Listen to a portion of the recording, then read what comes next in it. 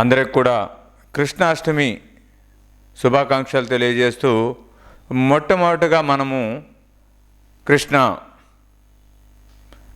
అనే విషయం గురించి, కృష్ణ అనే పదం గురించిన అవగాహన కలగాలి మనకి.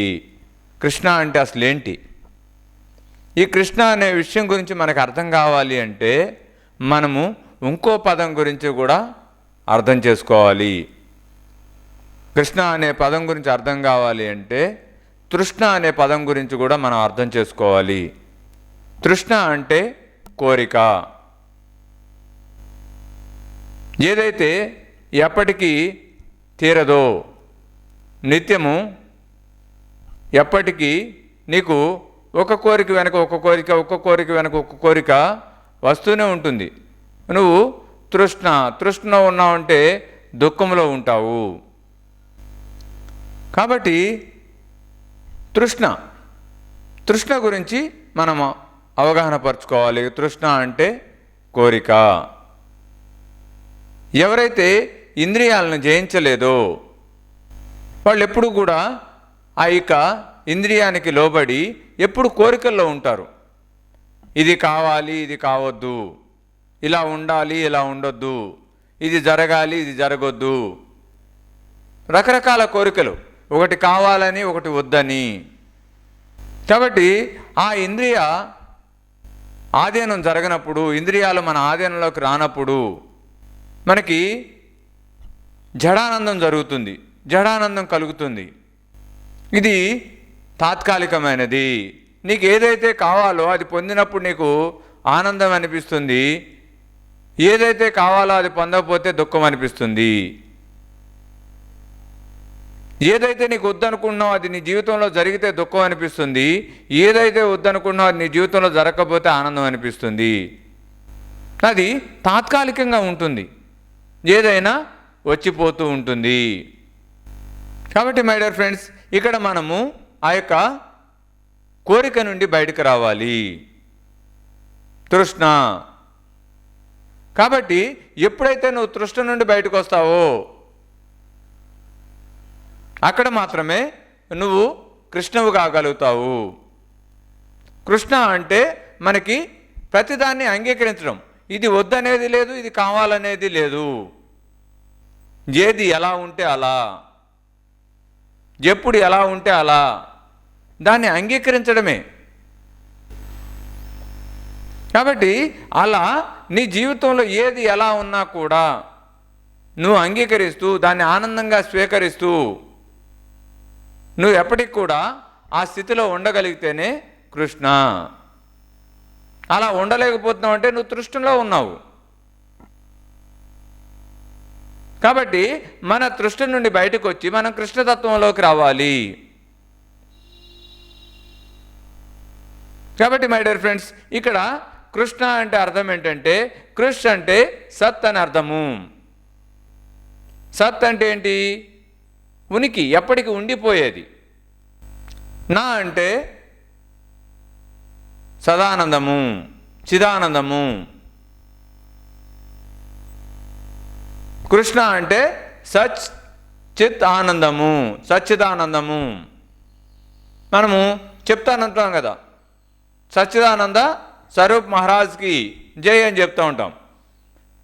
అంటే అది ఆ యొక్క సచ్చిదానందము, ఎప్పటికీ ఉండిపోతుంది ఆ ఆనందం.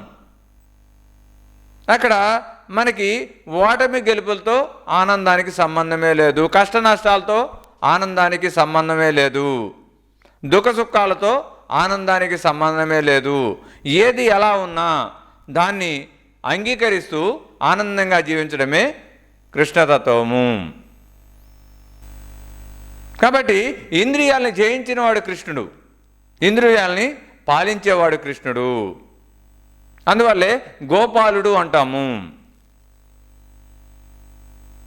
ఎవరయ్యా గోపాలుడు అంటే ఎవరైతే ఇంద్రియాలను పాలిస్తున్నాడో వాడు గోపాలుడు. ఎవడయ్యా గోవిందుడు అంటే ఎవరైతే ఇంద్రియాలని ఆధీనంలోకి తెచ్చుకున్నాడో, ఇంద్రియాలను జయించాడో వాడు గోవిందుడు. కాబట్టి మై డియర్ ఫ్రెండ్స్, మనము ఇంద్రియాల నుండి జయించబడాలి, ఇంద్రియాలను పాలించాలి, మనం గోవిందులం కావాలి, మనం గోపాలం కావాలి, వారే కృష్ణుడు అవుతాడు. కృష్ణ అంటే ఒక స్థితి, ఒక వ్యక్తి కాదు. కృష్ణ అనేది ఒక స్థితి. మనము నేర్చుకుని ఉంటాం ఎన్నో సందర్భాల్లో. సృష్టి, స్థితి, లయ. సృష్టి చేసేది ఎవరు? బ్రహ్మ. స్థితి చేసేది ఎవరు? విష్ణువు. లయం చేసేది శివుడు. ఇక్కడ సృష్టి జరుగుతుంది, లయం జరుగుతుంది, మధ్యలో స్థితి ఉంటుంది, అదే జీవితము. అందువల్లే నీ స్థితి, కృష్ణతత్వం అనేది ఒక స్థితి. అందువల్లే కృష్ణుడు ఎవరయ్యా అంటే విష్ణు యొక్క అవతారము. రాముడు ఎవరయ్యా అంటే విష్ణు యొక్క అవతారము. విష్ణువుకి దశావతారాలే కాదు, మనమందరం కూడా విష్ణు అవతారమే. మనం బ్రహ్మ చేత సృష్టించబడ్డాము, శివుడి చేత లయం చేయబడతాము. మధ్యలో ఉన్న జీవితం ఏదైతే ఉందో అదే స్థితి, అదే విష్ణువు. కాబట్టి విష్ణు అవతారమే కృష్ణ అవతారము. కాబట్టి మై డియర్ ఫ్రెండ్స్, ఇక్కడ కృష్ణుడు అనేవాడు అన్నిటికీ అతీతమైన వాడు. కృష్ణుడికి ఏ గుణము ఉండదు. మన గుణగణాలను బట్టే మన యొక్క ప్రవర్తన అనేది ఆధారపడి ఉంటుంది. నువ్వు ఎలా ఉన్నావు, ఏ కోరికలతో ఉన్నావు, ఎలాంటి ప్రవర్తనతో ఉన్నావు. కృష్ణుడు అనేవాడు నిర్గుణుడు, ఏ గుణము ఉండదు అక్కడ. దేని పట్ల తారతమ్యం ఉండదు. అన్నీ సమభావంతో చూడగలిగేవాడే కృష్ణుడు. ఎవరి పట్ల ప్రత్యేకత ఉండదు. ఎవరైనా ఒకటే, ఏదైనా ఒకటే, ఎలాంటి సందర్భమైనా ఒకటే. కాబట్టి అక్కడ నిర్గుణం. ఎదుటివాడిని బట్టి వాడు చూసే విధానం మారదు. ఎదుటివాడు ఎలా ఉన్నా కూడా తన ధర్మాన్ని తను పాటిస్తాడు, తన ధర్మాన్ని తను నిర్వర్తిస్తూ పోతారు. ఇది కృష్ణతత్వము. కాబట్టి మై డియర్ ఫ్రెండ్స్, ఇక్కడ హింస లేదు, అహింస లేదు. ఇక్కడ భగవద్గీతలో అర్జునుడికి ఏం చెప్పాడు? కృష్ణుడు ఏం చెప్పాడయ్యా అంటే, మొట్టమొదట చెప్పిన విషయం ఏంటయ్యా అంటే, నువ్వు ఫస్ట్ ఆఫ్ ఆల్ యోగికా, యోగి భవ అర్జున. నువ్వు యోగికా. ముందు నువ్వు తృష్ణలో ఉంటే నువ్వు దుఃఖంలో ఉంటావు. అర్జునుడికి దుఃఖం ఉందా లేదా? ఎదుటివాడిని చంపమన్నప్పుడు అతను దుఃఖించాడు, నా వాళ్ళు అని భ్రమించాడు. కాబట్టి అప్పుడు కృష్ణుడు ఏం చెప్పాడు? నువ్వు తృష్ణ నుండి బయటికి రా, నువ్వు కృష్ణతత్వంలోకి రా. ఇక్కడ చంపేది ఎవరు, చంపబడేది ఎవరు? నువ్వు చంపడానికి నువ్వు శరీరానివే కాదు, చంపబడేవాడు శరీరమే కాదు. కాబట్టి నువ్వు చంపాలనుకున్నా చంపలేవు. కాబట్టి అక్కడ జరగవలసింది జరుగుతుంది. నీ ద్వారా ఏదైతే జరగాలన్నదో అది జరుగుతుంది. అది స్వధర్మము. నీ యొక్క కర్తవ్యాన్ని నువ్వు నిర్వర్తిస్తున్నావు అంతే. కాబట్టి నువ్వు తృష్ణలో ఉండి ఎదుటివాడిని చంపితే అది తప్పు అవుతుంది. నువ్వు ఒక గుణంలో ఉండి నువ్వు చంపితే తప్పు అవుతుంది, అది హింస అవుతుంది. నువ్వు నిర్గుణంలోకి రావాలి. నీకు ఎవరి పట్ల ఎలాంటి భేదాభిప్రాయం అనేది ఉండకూడదు. నువ్వు ఆ క్షణం నీ ధర్మాన్ని నువ్వు పాటించడమే నీ బాధ్యత, నీ కర్తవ్యము. కాబట్టి నువ్వు ఫస్ట్ ఆఫ్ ఆల్ యోగివికా. నువ్వు యోగివి కానంత వరకు నువ్వు తృష్ణలోనే ఉంటావు. తృష్ణలో ఉన్నంత వరకు నువ్వు చేసే ప్రతి పని పట్ల కూడా నీకు ఒక అభిప్రాయం ఉంటుంది. నువ్వు ఏ పని కూడా ఊరకే చేయలేవు. ఈ పని చేస్తే నాకేంటి, ఏ పని చేయాలన్నా నాకేంటి ప్రయోజనం, నాకేంటి లాభం. అని ఆలోచిస్తూ ఉంటాము. అలా ప్రతి పనికి నువ్వు నాకేంటి అనుకుంటున్నావు అంటే అక్కడ నీకు తృష్ణలో ఉన్నావు. నాకు లాభం ఏంటి, నాకు నష్టం ఏంటి, ఈ పని చేయడం వల్ల నాకేం జరుగుతుంది? తృష్ణలో ఉన్నవాడికి ఈ ప్రశ్న ఉంటుంది, నేను ఈ పని చేస్తే నష్టమా లాభమా? కాబట్టి ఈ ప్రశ్న నీకు ఉద్భవించింది అంటే ఓ పని చేస్తున్నప్పుడు అక్కడ తృష్ణ ఉంది. కాబట్టి అక్కడ ఒక ఎక్స్పెక్టేషన్ ఉంది, అక్కడ ఒక దుఃఖం ఉంటుంది. నీ ఎక్స్పెక్టేషన్స్ నువ్వు రీచ్ అయితే నీకు ఆనందం వస్తుంది, నీ ఎక్స్పెక్టేషన్స్ నువ్వు రీచ్ అవ్వకపోతే దుఃఖం వస్తుంది. ఎందుకు? నువ్వు తృష్ణలో ఉన్నావు, ఇంకా కృష్ణుడిగా మారలేదు.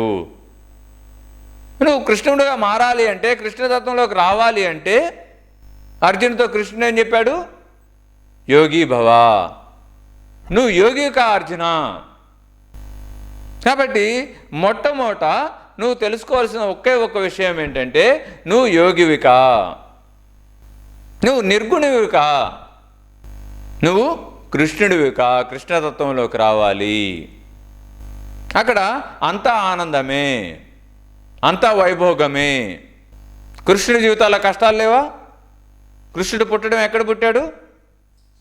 జైలు. తన యొక్క మామకి మరి తిని వల్ల మరణం సంభవిస్తుందని ఎవరో చెప్పడం వల్ల తిను చిన్నప్పటి నుండే చంపేయాలనే ప్రయత్నం చేస్తారు. కృష్ణుడికి కష్టాలు లేవా? కానీ అన్నిటినీ సమతిలో చూశాడు, సమభావంతో ఉన్నాడు. అందరి పట్ల మనం మహా అయితే ఒకరిని ప్రేమించగలుగుతాం, ఇద్దరిని ప్రేమించగలుగుతాం. కానీ కృష్ణుడు కొన్ని వేల మందికి కూడా అదే ప్రేమను పంచాడు. ఎలా అంటే కృష్ణ అంటే ప్రేమ తత్వము, ఆనంద తత్వము. కృష్ణుడు ఎప్పుడు కూడా తన యొక్క ఆకారాన్ని చూసినట్లయితే ఎప్పుడు నెమలేక ఉంటుంది కృష్ణుడికి. ఎందుకు నెమలేక పెట్టుకుంటాడు కృష్ణుడు?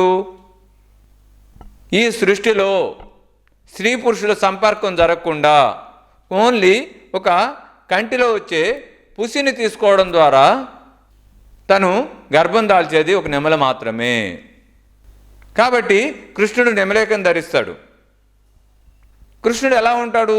నీలి రంగులో ఉంటాడు. మనం పొగుడుతూ ఉంటాం కదా, నీలి రంగులో ఉంటాడు. ఎందుకు నీలి రంగులో ఉంటాడు? ఎందుకు నీలి రంగులో ఉంటాడు అంటే అగ్నిలో స్వచ్ఛమైన అగ్ని మీరు గమనించినట్లయితే అది నీలి రంగులో ఉంటుంది. మనం ఇంట్లో వాడుతూ ఉంటాం గ్యాస్ స్టవ్స్, అది మంట మారితే మసి వచ్చేస్తుంది. ఆ నీలి రంగులో వచ్చినంతసేపే అది మసి పట్టకుండా మంచిగా ఉంటుంది మంట.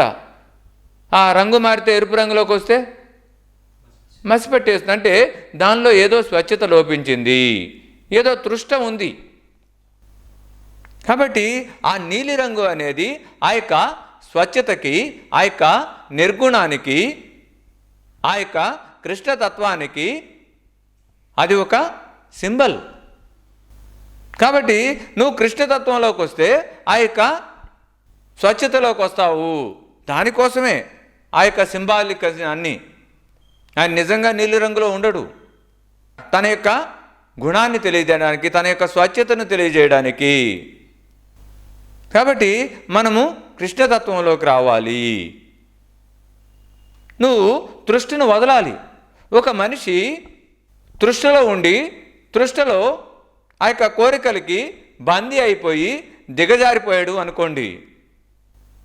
కోరికలకి బందీ అయిపోయాడు, కోరికలకు బానిస అయిపోయాడు. కొంతమంది తాగాలనే కోరుకుంటుంది, తాగి తాగి తాగి తాగుడు బానిస అయిపోతారు. ఒక్కొక్కరు ఒక్కొక్క రకమైన విషయాలకి బానిస అవుతారు. అంటే ఆ తృష్ణ వల్ల తన యొక్క జీవితము దిగజారిపోతుంది. ఆ దిగజారిన వాడిని ఏమంటారు? ఏమంటారు అంటే నికృష్టుడు అంటారు. విన్నారు ఎప్పుడన్నా? నికృష్టుడు. ఎవరన్నా ఏదైనా సందర్భం వచ్చినప్పుడు వాడు సరికాని విధంగా జీవిస్తున్నప్పుడు వీడు పెద్ద నికృష్టుడు అండి అంటాము. అంటే మనిషి ఆ తృష్ణ నుండి బయటకు రాలేక ఆ తృష్ణలో ఇరుక్కుపోయి ఆ వ్యసనాలకు గురి అయిపోయి దిగజారిపోతే నిన్ను నికృష్టుడు అంటారు. అదే తృష్ట నుండి నువ్వు బయటకు వచ్చి నువ్వు ఎదిగి నువ్వు నిర్గుణంలోకి వస్తే, నువ్వు స్వచ్ఛతలోకి వస్తే నిన్నేమంటారా అంటే కృష్ణుడు అంటారు. నువ్వు జిగదారితే నికృష్ణుడు అంటారు, నువ్వు ఎదిగితే కృష్ణుడు అంటారు. కాబట్టి మై డియర్ ఫ్రెండ్స్, మనము తృష్ణను దాటి ఎదగాలి. మనం ఈ రోజున కృష్ణాష్టమి సందర్భంగా ప్రతి ఒక్క పిల్లవాడిని ఏం చేస్తారు, ఒక కృష్ణుడిగా తయారు చేస్తారు. ఎందుకు? కేవలం ఏదో కృష్ణాష్టమి కాబట్టి కృష్ణుడిలాగా తయారు చేయాలి కానీ కాదు. నువ్వు కృష్ణతత్వంలోకి రావాలి, కృష్ణుడిలాగా మారాలి. ఈ ప్రపంచంలో అన్నిటి పట్ల అదే ప్రేమని కురిపించాలి. కాబట్టి అందువల్లే ఏం చేస్తారు, ఆ కృష్ణుడిలాగా తయారు చేసి పిల్లవాడిని ఆ కృష్ణుడి చేత అడుగులు వేపిస్తారు. అంటే అడుగులు వేయడం అంటే ఏంటి? ఆ అడుగులు వాటికేదో పసుపు రాసో లేకపోతే సున్నం రాసో ఆ అడుగులు ఫోటో తీసుకుని ఫ్రేమ్ కట్టుకుని పెట్టుకున్నంత మాత్రాన ఉపయోగమేమి లేదు. ఆ అడుగులు కృష్ణతత్వంలోకి వచ్చి కృష్ణతత్వంలోకి అడుగులు వేయడం అంటే కృష్ణతత్వంలోకి రావడము. నీ పిల్లవాడిని నువ్వు కృష్ణుడిగా అలంకరించి ఆ పిల్లవాడి చేత నువ్వు అడుగులు వేపిస్తున్నావు అంటే అర్థం ఏంటి అంటే నువ్వు నీ పిల్లవాడు కృష్ణుడిగా మారాలి అనుకుంటున్నావు. కేవలం నువ్వు ఫార్మాలిటీ కోసం చేస్తే సరిపోదు. ఆ కృష్ణతత్వం అర్థమయ్యేలాగా బోధించాలి. మనం ముందు అర్థం చేసుకోవాలి అసలు కృష్ణుడు అంటే ఏంటి. కాబట్టి కృష్ణుడి గురించి మనం తెలుసుకోవాలి.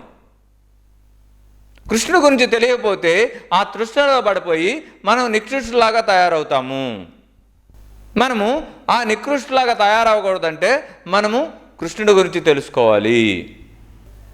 కాబట్టి ఎవరైతే కృష్ణుడి గురించి తెలుసుకుంటారో, ఎవరైతే కృష్ణులుగా మారతారో వాళ్ళు ఏది చేసినా రైటే. కృష్ణుడు ఇంటింటికి వెళ్ళి వెన్న దొంగలించినా కూడా తప్పన్నారా? నువ్వు నేను వెళ్ళి దొంగలిస్తే ఊరుకుంటారా? కానీ కృష్ణుడు దొంగలిస్తే ఏమన్నారు?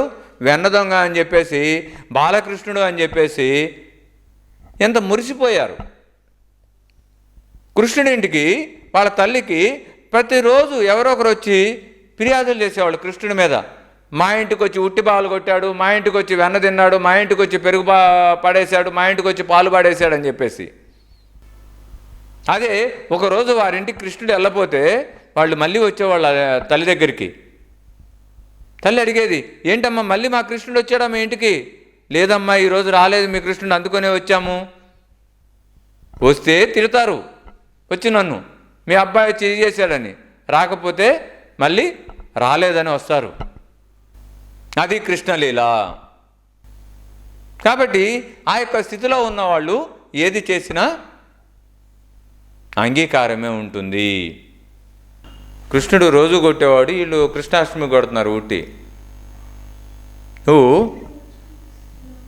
ఎప్పటికప్పుడు కుండను ఖాళీ చేస్తూ ఉండాలి, తృష్ణ నుండి బయటకు వస్తూ ఉండాలి.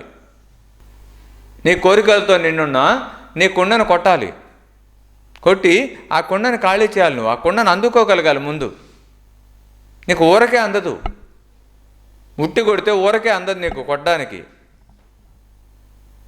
ఆ ఉట్టిని నువ్వు అందుకోగలగాలి, దాన్ని పగలగొట్టగలగాలి, దాన్ని ఖాళీ చేయగలగాలి. నీ తృష్టల నుండి నీ కోరికల నుండి నువ్వు బయటకు రాగలగాలి. కాబట్టి కృష్ణాష్టమి రోజు నువ్వు ఫార్మాలిటీ కోసం ఉట్టి కడితేనో, ఫార్మాలిటీ కోసం ఉపవాసం ఉంటేనో సరిపోదు. ఫార్మాలిటీ కోసం నువ్వు హరే రామ హరే కృష్ణ అంటే సరిపోదు. కాబట్టి నువ్వు ఉట్టిని అందుకోవాలి, ఉట్టిని కొట్టాలి, నీ తృష్టల్ని ఖాళీ చేయాలి. ఉపవాసం చేయడం అంటే ఊరికే నువ్వేం తినకుండా ఉండడం కాదు, ఈ శరీరాన్ని నువ్వు పస్తు పెట్టడం కాదు. ఉపవాసం అంటే ఉప అంటే దగ్గర, వాసము అంటే ఉండడము, నివాసము అంటాము. అంటే ఉండేది, నువ్వు ఉండేది శ్రీనివాసము, నువ్వు ఉండే మంచి నివాసము. కాబట్టి వాసము అంటే ఉండడము, ఉప అంటే దగ్గరగా. నువ్వు శ్రీకృష్ణాష్టమి రోజు నువ్వు ఉపవాసం ఉంటున్నావు అంటే అంటే అర్థం ఏంటి? నువ్వు దేవుడి దగ్గరగా ఉండు. దేవుడి గురించి, ఆ కృష్ణుడి గురించి మరింత తెలుసుకో.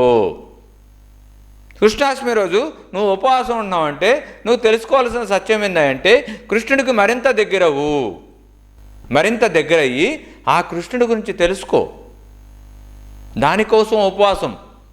అంతేగాని కేవలం శరీరానికి ఆహారం అందించకపోవడం కాదు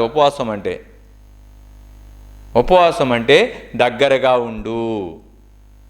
ఎవరికి దగ్గరగా ఉండాలి అంటే కృష్ణాష్టమి రోజు నువ్వు చేస్తున్న ఉపవాసము కృష్ణుడికి దగ్గరగా ఉండమని బోధిస్తుంది.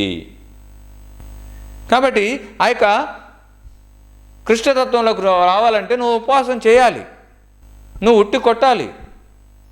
కాబట్టి ఈ కేవలం ఫార్మాలిటీస్ కాదు. నువ్వు నీ పిల్లవాడిని కృష్ణుడిగా రెడీ చేసినా, తన చేత బుల్లి కృష్ణాడికి లేపించినా, నువ్వు ఉట్టి అందుకుని కొట్టినా, నువ్వు ఉపవాసం చేసినా ప్రతిదానికి ఒక అంతరార్థం ఉంటుంది. దాన్ని తెలుసుకోవాలి. మనమందరం కూడా కృష్ణాష్టమి రోజు ఏం చేస్తాము? భజన చేస్తాం. హరే రామ హరే కృష్ణ, కృష్ణ కృష్ణ హరే హరే భజన చేస్తాం. ఎందుకు భజన చేస్తాము అంటే హరి అంటే ఎవరు? హరి అంటే నీ యొక్క దుఃఖాన్ని హరించువాడు. కాబట్టి హరి విష్ణువు, నువ్వే రాముడివి. హరే రామ హరే రాముడు, హరే కృష్ణ హరే కృష్ణుడు. కాబట్టి హరే నువ్వు, హరే రామ హరే కృష్ణ హరే నువ్వు. ఎందుకు భజన చేస్తారు అంటే నీ మనసు ధ్యానం వైపుకి వెళ్ళాలి అంటే, నీ మనసు యోగం వైపుకి వెళ్ళాలి అంటే, నువ్వు యోగి కావాలి అంటే నీ మనసు రకరకాల తృష్ణంతో నిండిపోయి ఉంది. ఊరకే నువ్వు కూర్చుంటే ఆ మనసును నువ్వు ఆధీనంలోకి తెచ్చుకోలేవు. కాబట్టి ఆ యొక్క నామస్మరణ చేయడం వల్ల, ఆ యొక్క భజన చేయడం వల్ల, ఆ యొక్క కృష్ణుడిని స్తుతించడం వల్ల ఏమవుతుంది? నీకు తెలియకుండానే కొన్ని ఆ యొక్క సరికాని ఆలోచనల నుండి సరికాని ఆలోచనలోకి వస్తుంది. మనసు నిమ్మలమవుతుంది. అందువల్లే మనము గురుస్థానికి వచ్చిన వాళ్ళకు కూడా ఏం చెప్తాము? వచ్చిన తర్వాత కొద్దిసేపు పుస్తకం చదువుకో. ఎందుకు? నువ్వు ఎక్కడెక్కడో ప్రపంచం అంతా తిరిగి వచ్చావు. నీ మనసు సరికాని విధంగా ఉంది, సరికాని ఆలోచనలతో ఉంది, సరికాని సంఘటనలతో నిండిపోయి ఉంది. కాబట్టి ఇక్కడికి వచ్చి 2 నిమిషాల పుస్తకం చదువుకుంటే ఏమవుతుంది? ఈ ఎనర్జీస్లోకి వస్తుంది నీ మనసు. అప్పుడు నీకు ధ్యానం చేయడానికి ఈజీ అవుతుంది. కాబట్టి నువ్వు ఎందుకు భజన చేస్తున్నావంటే నీ మనసు నిమ్మలంగా తయారవడానికి. నిమ్మలంగా తయారైన తర్వాత నువ్వేం చేయాలంటే యోగత్వంలోకి వెళ్ళాలి, ధ్యానంలోకి వెళ్ళాలి. భజన చేస్తూ ఉండిపోకూడదు.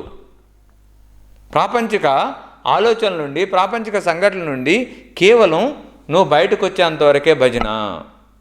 బయటకు వచ్చి మనసు నిమ్మలమైన తర్వాత నువ్వు యోగంలోకి వెళ్ళాలి. అందువల్లే కృష్ణుడు ఏం చెప్పాడు? యోగి భవ అర్జున, నువ్వు యోగికా అని చెప్పాడు. కృష్ణుడు మరి ఆ కురుక్షేత్రంలో ఏం చేశాడు? హింస చేయలేదు, ధర్మం పాటించాడు. అహింసో పరమో ధర్మ, ధర్మహింస తదైవచ. నువ్వు తృష్ణలో ఉన్నప్పుడు అహింసని పాటించాలి. నువ్వు యోగి అయినప్పుడు, యోగిగా నువ్వు మారినప్పుడు అక్కడ ఏమవుతుంది? ధర్మహింస తదైవచ. నువ్వు చేసే హింస కూడా ధర్మం కోసము, అది కూడా శ్రేష్టమైనదే అవుతుంది. కృష్ణుడు భగవద్గీతలో అర్జునుడికి ఏం చెప్పాడు? నువ్వు హింస చేయని చెప్పలేదు, నువ్వు వాళ్ళందరిని చంపేయని చెప్పలేదు, వాళ్ళందరూ సరికాని వాళ్ళని చెప్పలేదు, వాళ్ళ మీద కోపంతో ఆ కౌరవుల్ని చంపమని చెప్పలేదు. నువ్వు యోగికా అర్జున. యోగివైతే నీ ధర్మం ఏంటో నీకు అర్థమవుతుంది, భవిష్యత్తు ఏం చేయాలో నీకు అర్థమవుతుంది, నువ్వు దర్శించగలుగుతావు ఆ విషయాన్ని, నీ ద్వారా ఏం జరగబోతుంది అనేది. కాబట్టి నువ్వు యోగివికా, యోగివైతేనే నీకు ఆ యొక్క ధర్మ రక్షణ కోసము హింస కూడా శ్రేష్టమైనది అనేది తెలుస్తుంది. అప్పుడు మాత్రమే నీకు అర్హత వస్తుంది. అప్పుడు వరకు నువ్వు అహింసలోనే ఉండాలి. కృష్ణుడికి ఎవరి పట్ల కోపం లేదు, ఎవరి పట్ల ప్రేమ లేదు. తన స్వధర్మము తను నిర్వర్తించాడు. అక్కడ ధర్మస్థాపన చేయాలి. దానికోసం తను ఏం చేయాలో తను అది చేశాడు. తన పాత్రని తను పోషించాడు. కాబట్టి ఇక్కడ మన జీవితంలో మనం ఏం చేయాలో అది చేయాలి. మన స్వధర్మాన్ని మనం పాటించాలి. మన స్వధర్మాన్ని మనం పాటించాలి అంటే మనము యోగి కావాలి. యోగి కాకుండా నువ్వు స్వధర్మంలోకి రాలేవు. నువ్వు యోగి కాకుండా నువ్వేం చేయాలో నీకు అర్థం కాదు. కాబట్టి మై డియర్ ఫ్రెండ్స్, నువ్వు మొట్టమొదట యోగి కావాలి. నువ్వు యోగి కావాలి అంటే నువ్వు ధ్యానం చేయాలి. నువ్వు ధ్యానం చేస్తేనే యోగి కాగలుగుతావు. యోగి అయితేనే ఎప్పుడు ఎక్కడ ఎలా ఉండాలో నువ్వు అలా ఉండగలుగుతావు. కృష్ణుడికి ప్రపంచంతో పని లేదు. తను ఎక్కడ ఎలా ఉండాలనుకుంటే అలా ఉంటాడు. ఎప్పుడు ఎలా ఉండాలనుకుంటే అలా ఉంటాడు. ఎవరితో ఎలా ఉండాలనుకుంటే అలా ఉంటాడు. ఎందుకంటే అక్కడ ఎవరి పట్ల కోపము లేదు, ద్వేషము లేదు. ఎవరి పట్ల ప్రేమ లేదు, అనురాగము లేదు. ఏదీ లేదు. ఏమున్నాడు? నిర్గుణంలో ఉన్నాడు. ఎవరి నుండి ఎలాంటి ఎక్స్పెక్టేషన్ లేదు. ఎవరు ఎలా ఉన్నా కూడా నా స్థితి ఇదే, నేను ఇలాగే ఉంటాను. అందరికీ నేను సరి సమానంగా ప్రేమను పంచుతాను. ఎవరి పట్ల నాకు తక్కువ అనే భావన లేదు, ఎక్కువ అనే భావన లేదు. నా ధర్మాన్ని నేను పాటిస్తాను. కాబట్టి మై డియర్ ఫ్రెండ్స్, ఈ రోజున మనము ఆ యొక్క కృష్ణతత్వంలోకి వచ్చే ప్రయత్నం చేయాలి. మనమందరం కూడా మన స్థితిని తెలుసుకోవాలి. మనమందరం కూడా ఆ యొక్క స్థితి విష్ణువు, మనమందరం కూడా విష్ణు అవతారమే. కాబట్టి నీ స్వధర్మాన్ని నువ్వు తెలుసుకోవాలి. అప్పుడు మాత్రమే నీకు అర్థమవుతుంది. కృష్ణుడు తన స్వధర్మాన్ని తను తెలుసుకున్నాడు. కాబట్టి తను సచ్చిదానంద స్థితిలోకి చేరుకున్నాడు. ఒక సచ్చిదానందగా జీవించాడు. ఎప్పుడు ఆనందమే, ఎప్పుడు చిరునవ్వే. ఏది ఎలా ఉన్నా, ఎవరు ఏమన్నా. కాబట్టి మై డియర్ ఫ్రెండ్స్, మనము కృష్ణతత్వంలోకి రావాలి. కృష్ణుడి గురించిన మరింత అవగాహన పెంపొందించుకోవాలి. లేకపోతే మనం నికృష్ణులాగా తయారవుతాం. కృష్ణులాగా ఉండాలి అంటే ఫస్ట్ నువ్వు యోగివి కావాలి. యోగివి కావాలంటే ధ్యానం చేయాలి. ధ్యానం చేసినప్పుడు మాత్రమే నువ్వు యోగత్వంలోకి వస్తావు. యోగత్వంలోకి వచ్చినప్పుడు మాత్రమే నీకు కృష్ణతత్వం అనేది అర్థమవుతుంది. అప్పుడు వరకు మనకి అర్థమయ్యే కృష్ణుడు కృష్ణుడే కాదు. ఒకరు కృష్ణుని విమర్శిస్తూ ఉంటారు. ఆయన 16,000 మంది గోపికలు భార్యలుగా ఉన్నారు. అర్థమైన వాడు ఏం చేస్తాడు? ఆ 16,000 మంది గోపికలు ఎలా వచ్చారు ఆయన జీవితంలోనికి? నీతో సరిగా ఒకడున్నాడు జీవితంలో, కానీ ఆయనకి 16,000 మంది ఎలా ఉన్నారు? ఆయన కావాలనుకుని ఆయన పంచిన ప్రేమ, ఎవరి పట్ల ఎలాంటి కల్మషం లేదు ఆయనలో. ఆయనకి అంతటా అందరి పట్ల ఉన్నది ప్రేమే. ప్రేమతో గెలిచాడు అంతమందిని. కాబట్టి అర్థం కానివాడు అందరినీ విమర్శిస్తాడు. కాబట్టి అర్థం చేసుకోవాలి. కృష్ణతత్వం అంటే అంత ఆసామాషి కాదు. ఊరకే చూడంగానే అర్థమయ్యేది కృష్ణతత్వం కాదు. కాబట్టి మనం ప్రతి ఒక్కరిమి కృష్ణతత్వాన్ని తెలుసుకోవాలి, కృష్ణతత్వంలో రావాలి, కృష్ణతత్వంలో దీవించాలి. అదే మన అంతిమ లక్ష్యం. కృష్ణుడు అంటే వ్యక్తి కాదు, అదొక స్థితి. మన అందరి స్థితి కూడా మారాలి. మనందరం కూడా దృష్టి నుండి బయటకు రావాలి, కోరికల నుండి బయటకు రావాలి. ఎంతగా వీలైతే అంతగా ఎప్పటికప్పుడు మనము కృష్ణుడి గురించి, కృష్ణ తత్వం గురించి, కృష్ణ లీలల గురించి తెలుసుకోవాలి. ఆ తెలుసుకున్న కొద్దీ మన స్థితి అనేది మారుతూ వస్తుంది. మన యొక్క తృష్ణ కోరికలు అనేవి తగ్గుతూ వస్తాయి. అది తెలుసుకున్న కొద్దీ మనకి అంగీకారం అనేది పెరుగుతుంది. దేన్ని వ్యతిరేకించం మనం. ఏదొచ్చినా ఓకే, హ్యాపీ. నష్టపోయానా, హ్యాపీ. ఎవరో తిట్టిపోయాడా, హ్యాపీ. ఎవరో పొగిడిపోయాడా, హ్యాపీ. ఎవడో మోసం చేశాడా, హ్యాపీ. ఎవడో సాయం చేశాడా, హ్యాపీ. ఎక్కడ దుఃఖం లేదు, అంతా ఆనందమే. Happy happy happy happy happy. ఏది ఏమైనా కూడా జీవితం అన్న తర్వాత అన్నీ ఉంటాయి. కష్టము ఉంటుంది, నష్టము ఉంటుంది. ఏది ఎలా ఉన్నా కూడా నువ్వు అంగీకరించాలి. అందువల్లే కృష్ణుడు ఏం చెప్పాడు? నీ కర్మను నువ్వు చేయి, ఫలితాన్ని వదిలేసేయి. కాబట్టి ఈరోజు కృష్ణాష్టమి సందర్భంగా మనము ఈ విషయాల్ని ఇతోధికంగా తెలుసుకోవాలి. ఓకే ఫ్రెండ్స్, అందరికీ కృష్ణాష్టమి శుభాకాంక్షలు. మరి ఈ కృష్ణాష్టమి సందర్భంగా ఆ యొక్క గ్రేట్ అన్లైటెడ్ మాస్టర్ కృష్ణుడి గురించి తెలుసుకుందాము. కృష్ణతత్వంలోకి వచ్చే విధంగా మనము మన జీవితాల్ని మార్చుకుందాము, ఆనందంగా ఉందాము. Thank you very much friends.